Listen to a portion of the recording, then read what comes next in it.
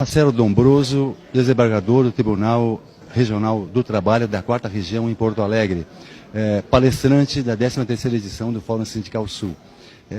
Por que o senhor defende o trabalho como direito humano?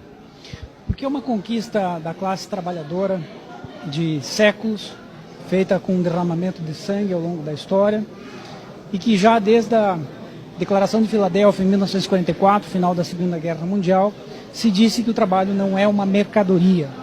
É um valor internacionalmente reconhecido, Declaração Universal de Direitos Humanos, no Pacto Internacional de Direitos Civis e Políticos, no Pacto Internacional de Direitos Econômicos, Sociais e Culturais, na Convenção Americana de Direitos Humanos, que diz que o trabalho é um direito humano. E cada vez mais essa realidade é invisibilizada ao povo com um discurso contrário aos direitos humanos, quando na verdade nações do chamado mundo desenvolvido ou primeiro mundo observam o direito ao trabalho como um direito humano, o que é. Não é um contrato, não é um direito de obrigações ou um direito privado, né? É um direito público, é um direito de engrandecimento da pessoa, né? De trabalhar e de ter respeito ao seu trabalho e às suas condições para desenvolvimento do trabalho. Na verdade, a única coisa que produz riqueza no mundo, hoje, se nós pararmos para pensar, é o trabalho das pessoas, não é o capital. O capital não produz nada.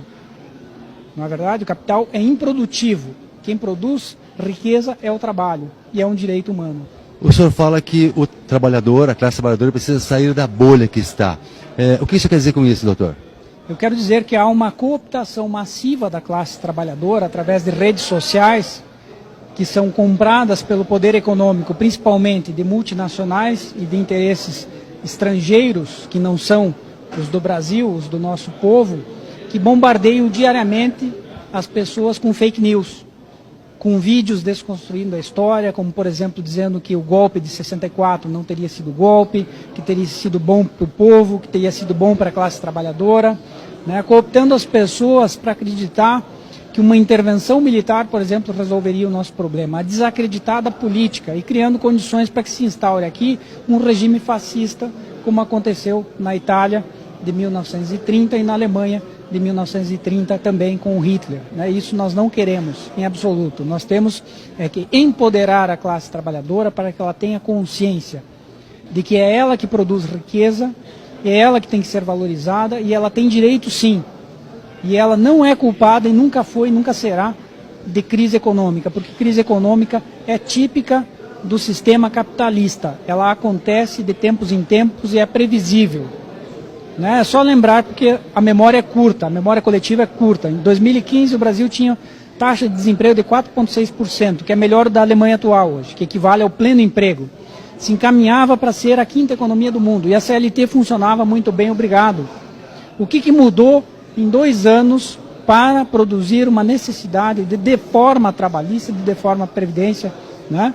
Em tão pouco tempo, para um país que não mexeu nas suas reservas monetárias, que hoje possui a 8ª maior reserva monetária do mundo, que é um lastro, né, de 400 bi de dólares, que pode usar em favor do seu povo, pode e deve, para desenvolver infraestrutura. Por exemplo, nós não temos ferrovias, e as pessoas não discutem por que nós não temos ferrovias, e toda nação desenvolvida tem ferrovia, para integrar pessoas e não só para sugar os nossos recursos naturais para fora.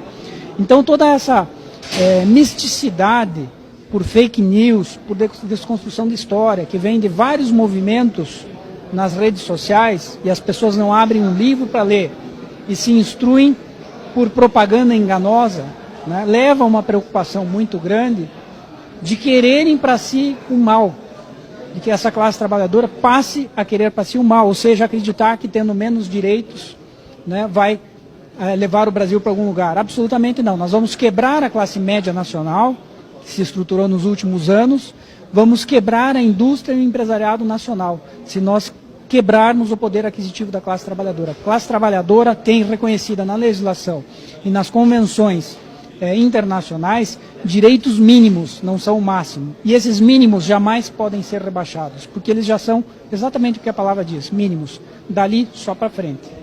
Diante dos ataques sofridos pela classe trabalhadora, o senhor vê efetivamente a ameaça de um fascismo no Brasil hoje em dia?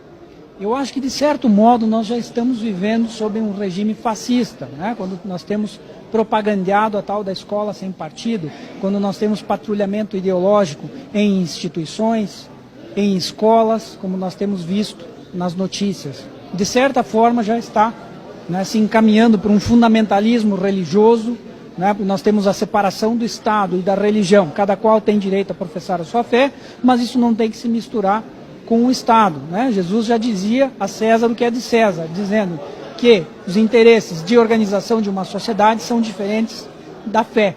E hoje há uma mistura, uma cooptação das pessoas em torno de um slogan Deus, Pátria e Família, que é a herança da ditadura, que não atende aos interesses do povo, né? Ninguém é contra Deus, Pátria e Família, na verdade, mas o que isso diz? O que isso diz para a classe trabalhadora? Nada, é um slogan sem conteúdo. Ninguém é contra isso, ninguém pode ser contra isso. Mas com isso se ilude a classe trabalhadora para que ela deseje menos direitos e para que ela desacredite da política e queira desejar uma intervenção militar ou um golpe, né, acreditando que um regime de força vai salvar o Brasil. Não, não vai nos pôr no buraco, né? Nós temos que nos preocupar sim com isso, em de tirar as pessoas dessa bolha com a qual são bombardeadas diariamente, ou de dizer que a deforma da Previdência é necessária. Olha, não é necessária. É necessário cobrar grandes devedores da Previdência, isso sim, né? E para as pessoas pensarem, porque nesse curto tempo de entrevista não temos como colocar, mas por que foi decretado o sigilo em torno das informações que embasaram a deforma da Previdência? Por que o povo não pode saber dessas informações? Aí tem, né? Só para pensar e sair da bolha.